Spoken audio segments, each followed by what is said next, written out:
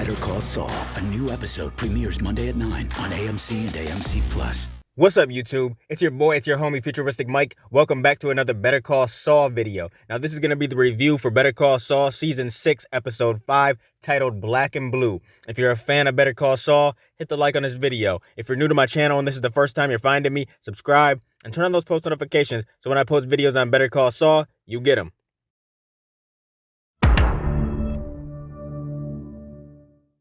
Now, I'm going to say it again, and I'll say it every single time that I review a Better Call Saul episode, man. This show is amazing. It's absolutely phenomenal. Each episode just gets better. I mean, the acting is amazing, just everything about it. You know, the camera shots, camera angles, everything. This show is amazing.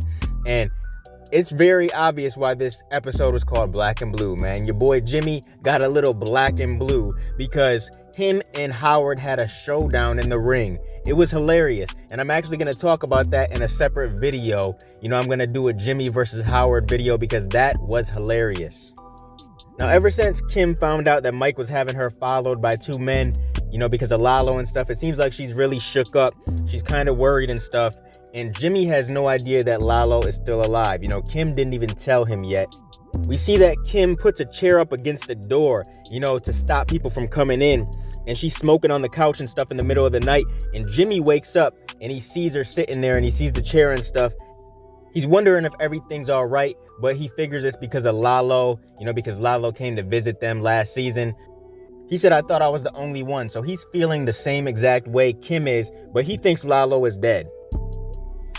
Kim did not tell him the truth at all, and I'm not sure if she's going to. You know, she wants to protect him and stuff, and if he thinks Lalo is dead, you know, he thinks he's going to be safe. But they both agreed to tell the truth from now on, but Kim is keeping a pretty big secret, so will she tell Jimmy? Now let's talk about Jimmy and Howard for a minute, man. This is the funny part of the episode. Jimmy gets an invitation to pretty much beat Howard's ass. But Cliff confronts Howard about the coke in the locker room, you know, the bag of coke on the ground and stuff. He brought up the complaint from the Kettlemans, and he said that Howard was kicking a hooker out of his car. And Howard, you know, he's pissed off. He thinks about it a little bit. He's like, look, who are you meeting with when you seen this? And Cliff said that doesn't really matter, but I was meeting with Kim. So Howard realizes right away that it was Jimmy. He's like, man, I got a Jimmy problem. This dude Howard, man, he is funny. He pretended to be a client, man. He's trying to end this war between him and Jimmy. He pretended to be a client, and he lured Jimmy to this gym. Jimmy was supposed to be meeting this guy named Mr. Ward, and Howard thinks he's slick, man. He took the H-O out of his name and just used W-A-R-D for Ward. I am weak.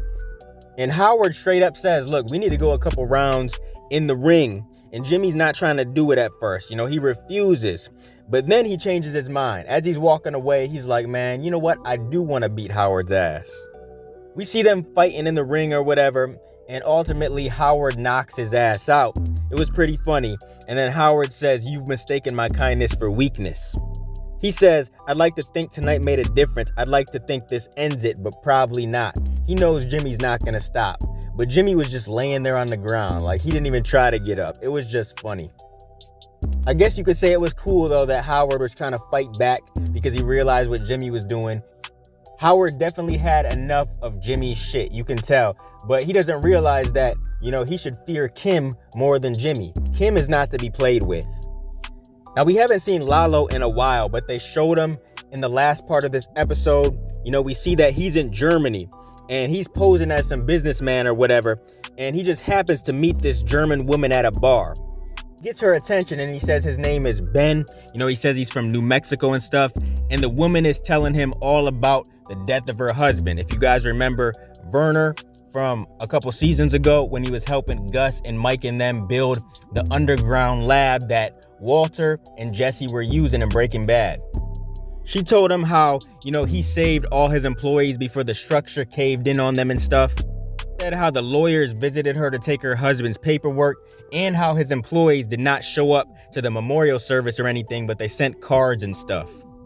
But Werner's wife's name is Marguerite, and Ben, aka Lalo, walks Marguerite to her house, and she says, you know, I would invite you in, but I gotta work in the morning. She lied, and then she's like, nope, that's not true, but maybe in another lifetime. And the next morning, we see that he waits for Marguerite to leave, and then he gets into the house and he's snooping through Werner's things and stuff. He's trying to find information. He's trying to find as much information as he can to figure out what Gus was doing. We do see Lalo find this thing, though, that says, "With love, the boys." And it's the thing we see being crafted at the beginning of the episode. Every episode at the beginning, of Better Call Saul, they start off very unique. No other show does it quite like this. But as Lalo sees this, Marguerite, she came back because she forgot her phone.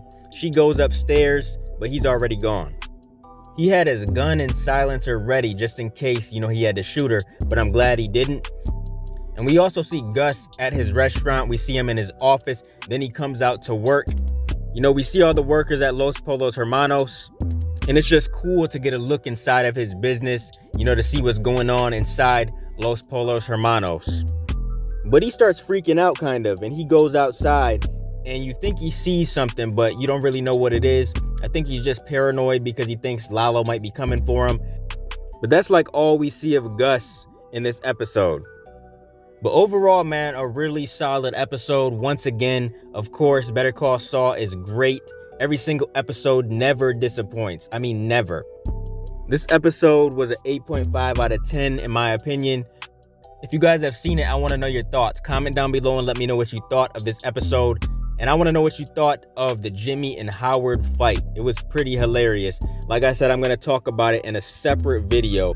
We definitely got to talk about that because that was one of the funniest scenes in this series. But great episode. Really, really great. Keep supporting your boy, and I'll be continuing to bring y'all Better Call Saul content in the future. Make sure you guys like, comment, and subscribe, and smash the notification bell so you can never miss a video. If you guys want to donate to the channel, I got links below to the PayPal and Cash App accounts. Hope you guys enjoyed the video. Let me get out of here, y'all. It's your boy FuturisticMike, and I'll talk to you on the next one. I'm out. Peace.